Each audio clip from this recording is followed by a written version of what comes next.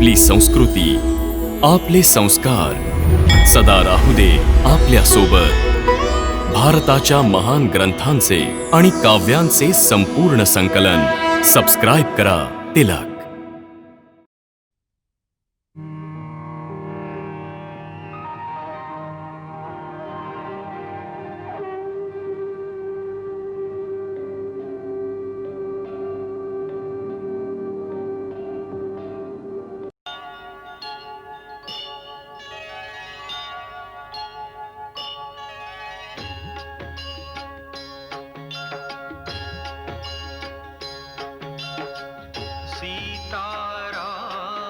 चरित अति पावन, मधुर सरस रस किति मन भावन.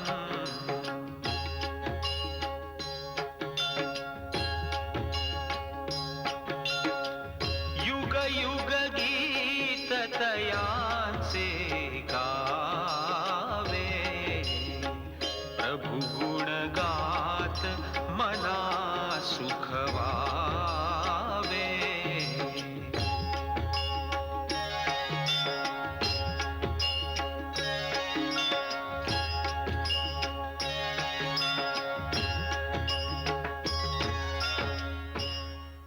आता मला तपस्व्याप्रमाणे धर्मात स्थिर राहून वनामध्ये राहायचं आहे.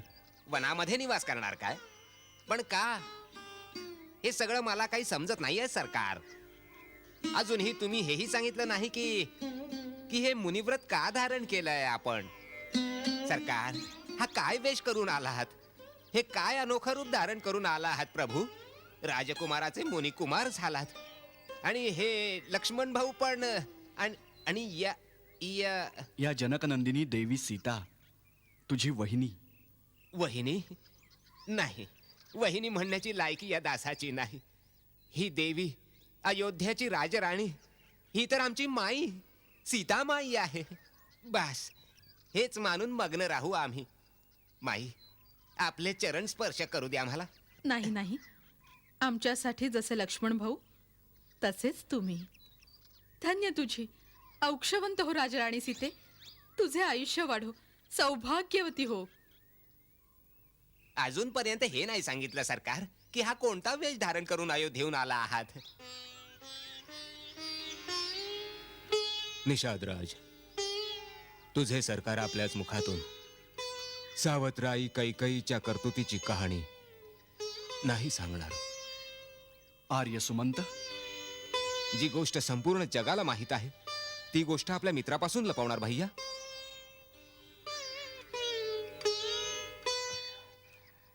मी देखील खूप दुःख पाहिले सरकार. आपल्या मुलाला राज्य देण्यासाठी सावत्र मुलाला वनवास दिला. हेच ना सरकार? निषादराज, तू तर आमचा मित्र आहेस. आमच्या मातेचा अपमान नको करूस. रागावू नका सरकार, आमची एवढी हिंमत कुठे.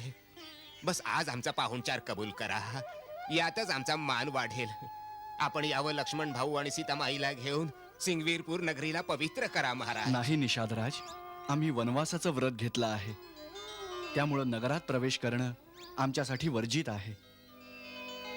आता आम्हाला तपस्वींसारखं आणि मुनींसारखं जीवन व्यतीत करायचं आहे. आम्ही गवत आणि पानांच्या बिछाण्यावर झोपू. जशी सरकारांची इच्छा. गंगा तीरीच प्रभूंची सेवा करून आम्ही जीवन धन्य करू. राम राम राम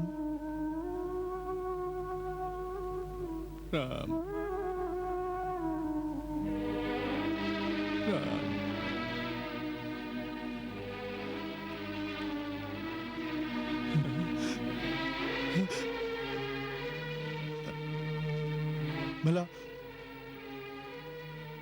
मला चौकडे अंधार का दिसतोय? सूर्यास्त होतोय पिताश्री. मी दीप लावायला सांगू? दीपक लावून माझ्या मनातला अंधार तर दूर नाही होणार. हा अंधार नाही जाणार, हा अंधार नाही जाणार. आता तर आता तर सूर्यवंशाच्या सूर्याचाच अस्त झालाय. असं नका म्हणू पिताश्री. कसं नको म्हणू मुली. अयोध्येच्या इतिहासात ना अशी सकाळ झाली ना अशी संध्याकाळ. अयोध्येच्या इतिहासातला किती उज्ज्वल दिवस आहे हा. माता कुमाता झाली आणि पिता कसाई झाला. मुली मुली मला थोडं विष आणून दे.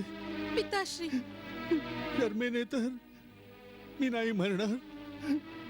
मी नाही मरणार. कौसल्या मला मरण्याचा काही उपाय सांग. धीर धरा स्वामी, धीर धरा. हे तुम्ही काय करताय? आता काय करायचं राहिलंय कौसल्ये. पुत्राला वनवास दिला, राजमहालाला अंधकारात ढकललं, अयोध्येला पोरकं केलं. सांग आता अजून काय करायचं राहिलंय. सांग तेही करतो. कौसल्ये तू तरी त्याच्या बरोबर जायचंस. तू का नाही गेलीस कौसल्ये. तू का नाही गेलीस. पुत्राबरोबर गेले असते तर प्राण या चरणात गुंतले असते. आता इथे आहे तर आत्मा वनात भटकतोय. कौसल्ये कौसल्ये पुत्र सांगून गेलाय की स्वामींची सेवा कर. पती म्हणतायत की तू पुत्राची सोबत का नाही केलीस. स्त्रीचा धर्म, मातेचा धर्म. मी काय करू महाराज. स्त्रीची वाटणी किती भागात होते, किती भागात. मी परमेश्वरांचे चरणामृत आणले आहे, थोडे घ्यावे. सकाळपासून तुमच्या तोंडात पाण्याचा एक थेंबही गेलेला नाही. मला पाणी देणारा तर निघून गेला. माझा राम या क्षणी कुठे गेला असेल. काही खायला मिळालं असेल की नाही. त्याचा आज्ञाधारी आहे तो. कोणत्या नगरातही नाही जाणार तो. चक्रवर्ती राजाचा पुत्र भिकाऱ्यासारखा एखाद्या वृक्षाखाली बसला असेल.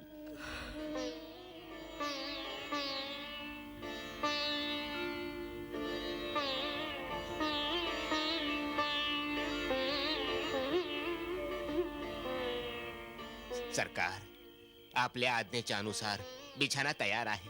चलावं. ये सीते.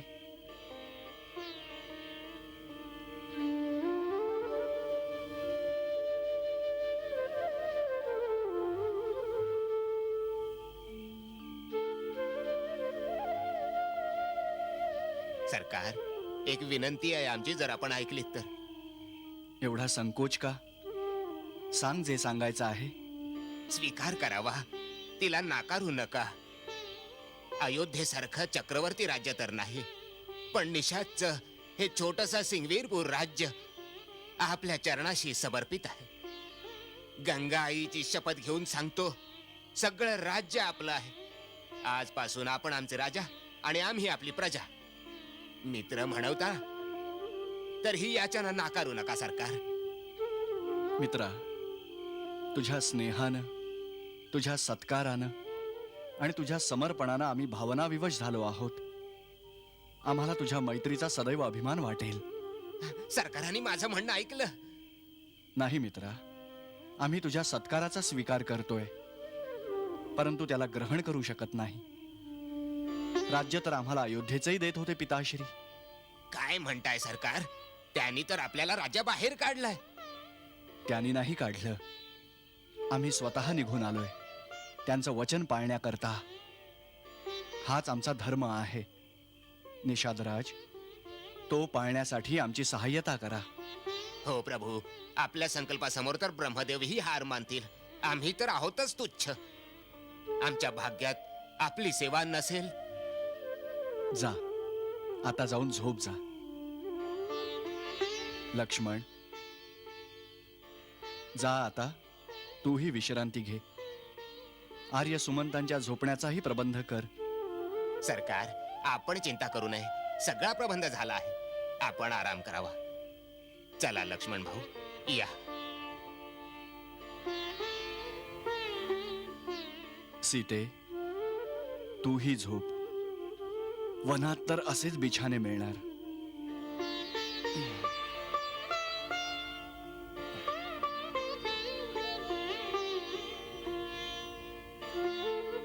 या लक्ष्मण भाऊ, आपल्यासाठीही बिछाना तयार आहे आणि आर्य सुमंत्रांसाठीही व्यवस्था केली गेली आहे.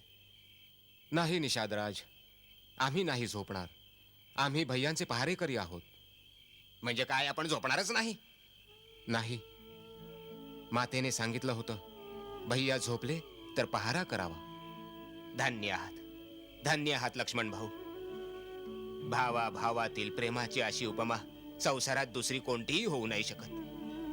धन्य आहात तुम्ही, आणि धन्य आहे तुमची माता, जिने तुमच्यासारख्या कर्मवीर पुत्राला जन्म दिला. आमची तर दुःखाने आज छाती फाटते की चक्रवर्ती राजाचे पुत्र आज वाळलेल्या गवताच्या बिछाण्यावर झोपले. महाराज जनकांची कन्या आणि महाराज दशरथांची पुत्रवधू, जिचा रामासारखा नवरा आहे आणि आपल्यासारखा दीर आहे, तिलाही बिचारीला पानांवर झोपावं लागलं. काय रे विधात्या, भाग्य यांचंही विपरीत होऊ शकत असेल तर आमच्यासारख्या मनुष्याची काय अवस्था होईल. काय ग कैकई, तू हे काय करून बसलीस? मित्रा, कुणाला दोष देऊन भाग्यातील रेषा नाही बदलत. मनुष्य आपल्याच कर्माचं फळ भोगतो. या संसारात तोच सुखी आहे जो जीवनाला स्वप्नाप्रमाणे समजेल. असल्या गोष्टी आम्हाला नाही समजत सरकार. आम्ही तर केवळ एवढंच जाणतो की ज्यांनी आमच्या मित्राला दुःख दिलेलं आहे, आम्ही त्याला नाही क्षमा करू शकत, कधी क्षमा नाही करू शकत.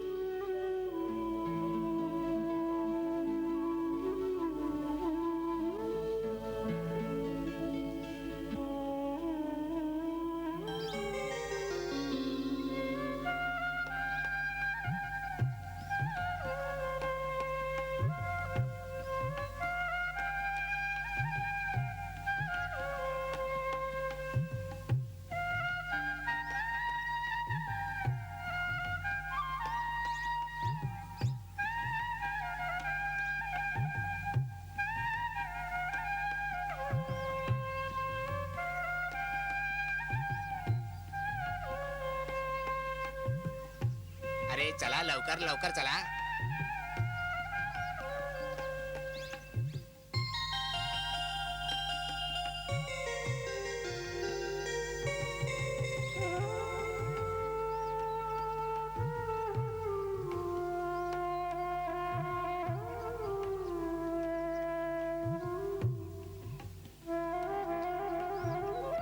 सरकार, सरकार, प्रणाम प्रभू.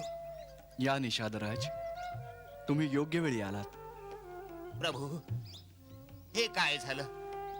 या केसानं काय केलं प्रभू?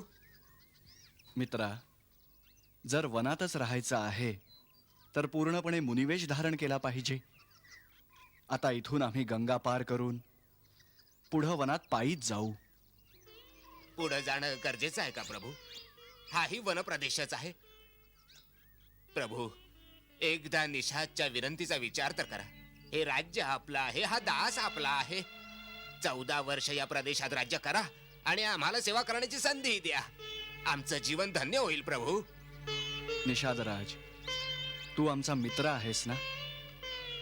एका मित्राचा धर्म आहे की तो आपल्या मित्राची अशी सहाय्यता करेल की त्याला कर्तव्याच्या मार्गावर चालण्यासाठी आधार मिळेल. तू तुझ्या प्रेमाला आमच्या कर्तव्य मार्गातील अडसर बनवू इच्छितोयस? हे उचित नाही मित्रा. आपल्या भावनेचा आवेग आवर आणि आम्हाला पुढे जाण्याची अनुमती दे. कर्तव्य भावनेपेक्षा श्रेष्ठ असतं. या मोठ्या मोठ्या गोष्टी आपणच जाणू सरकार.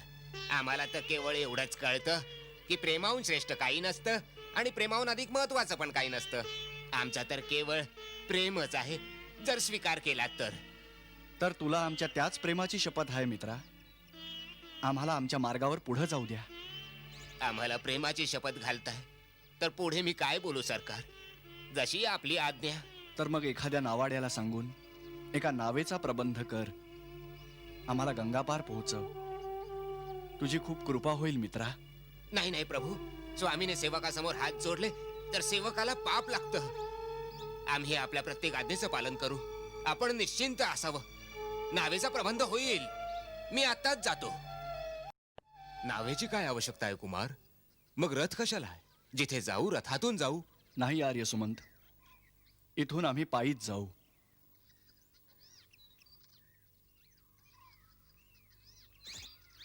आपण कृपा करून श्री महाराजांकडे अयोध्येला परत जावं. नाही रघुनंदन, असा आदेश देऊ नये. आपल्याशिवाय अयोध्येत जाऊन काय करू? नावेत बसून गंगा पार करून आपण जिथे जाल तिथे मी आपल्याबरोबर राहीन. तिथेच आपली सेवा करेन. मी तर जंगलातून लाकूडही तोडून आणू शकतो. आर्य, आपण पिताश्रींचे फक्त मंत्रीच नाही, मित्रही आहात. त्यांचं सांत्वन करायला तुम्ही त्यांच्याकडे पोहोचणं आवश्यक आहे.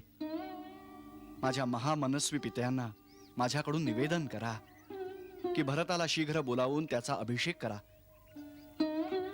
आणि भरताला अनुरोध करा की त्याच्या दृष्टीत जे स्थान माता कैकईचं आहे तेच स्थान माता सुमित्रा आणि माता कौसल्येला द्यावं. समस्त अयोध्यावासियांना आणि गुरुजनांना माझ्याकडून, सीतेकडून आणि लक्ष्मणाकडून चरणवंदना पोहोचवा. बरं आहे आर्य, वनवास संपल्यावर आता पुन्हा भेटूया. नाही नाही रघुवर, इतके निर्दयी नका हो. जितक्या सरळ आणि सहज भावाने आपण हे बोललात ते निभावणं किती कठीण आहे. रिकाम्या रथाने जाऊ यापेक्षा मी गंगेच्या काठावर रथाबरोबर अग्निप्रवेश करेन.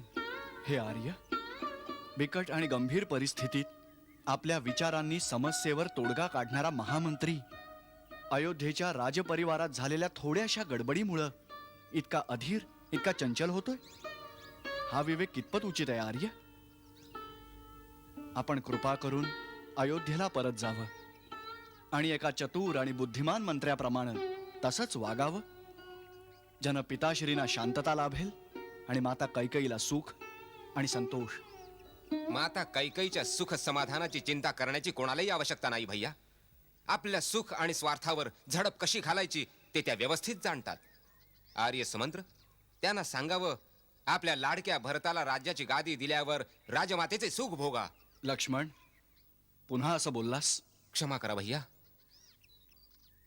आर्य, लक्ष्मणाच्या या बोलाबद्दल तिथं कुणालाही सांगू नका. तुम्हाला शपथ आहे माझी. महाराजांनी विशेष रूपाने आग्रह केला होता की जरी राम आणि लक्ष्मण नाही आले तरी देवी सीतेला अवश्य परत आणा. त्याने असंही म्हटलं होतं की सीतेने 2-4 दिवसात वनातील कष्ट पाहिल्यावर अयोध्येत परत यावं, आमच्यासाठी यावं. महाराजांनी हेही सांगितलं होतं की राम गेल्यावर मला आणि कौशल्यला कोणाचाही आधार नाही. राम, जर मला आपण जायला सांगत आहात मग जानकीला तरी बरोबर पाठवा. अवश्य. जानकी गेली तर आम्हालाही प्रसन्नता वाटेल. आर्य, होय सीते, इथं येऊन तू वनाची छटा तर बघितलीच आहेस. आता तू घरी परत गेलीस तर सासू सासरे समस्त प्रियजनांची चिंता दूर होईल. त्यांची सेवा करू शकलीस तर आम्हाला प्रसन्नता वाटेल. आर्य सुमंतांबरोबर घरी परत जा देवी. स्वामी, मी तर केवळ तुमची छाया आहे. माझे स्वतःचे काही अस्तित्व नाहीये. जर तुम्ही तुमच्यापासून तुमची छाया वेगळी करू शकता तर मलाही वेगळं करून पाठवून द्या. वैदेही, स्त्री तर माता, पत्नी, सून, मुलगी खूप नात्यात विभागलेली आहे. तिने तर सारी नाती निभावली पाहिजेत. आर्य, तुम्हीही माझ्या पित्यांप्रमाणे पूज्य आहात. आपल्याला उत्तर देत आहे म्हणून क्षमा करा. स्त्रीच्या सर्व नात्यांचा, सर्व संबंधांचा एकच आधारस्तंभ आहे, तिचे स्वामी. हीच शिकवण मला माझ्या आईने दिली आहे. हीच शिकवण पूज्य सासूबाईंनी देऊन मला माझ्या पतींबरोबर पाठवलंय की दुःखातही त्याच प्रकारे पतीला साथ दे जशी सुखात दिली आहे. आर्य सुमंत, तुम्हाला सीतेला बरोबर घेऊन जाण्याच्या विचाराचाही त्याग करावा लागेल. आता तुम्ही रथ घेऊन प्रस्थान ठेवावं. होय आर्य सुमंत, जोपर्यंत आपण रथ घेऊन जाणार नाही, देवी कैकई याच शंकेने बेचैन असतील की आम्ही सफर करून अयोध्येत परत तर नाही येणार. आर्य सुमंत, तुम्हाला बघून माता कैकईंचा विश्वास बसेल की राम वनात गेला आहे. अन्यथा पिताश्रींबद्दल पक्षपाती असण्याचा संशय घेत राहतील. आता आणखी विलंब नका करू. शीघ्र अयोध्येला परत जा. जशी प्रभूंची इच्छा. नियती बलवान आहे. सरकार, सरकार, सरकार, गंगा पार करण्यासाठी नावेचा प्रबंध झालाय. चलावं, यावं सरकार. ठीक आहे. बरं तात.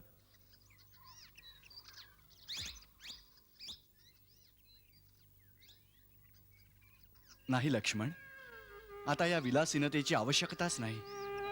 इथून आम्ही अनवाणीत जाणार.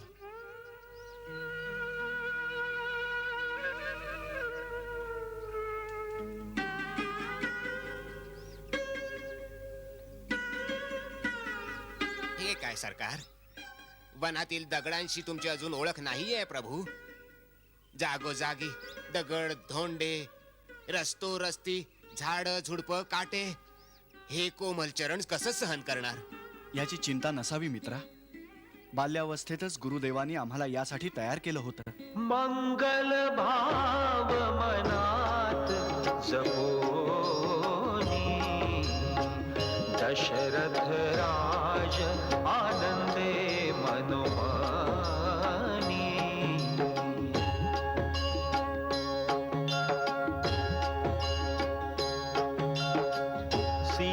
सीताराम चरित अति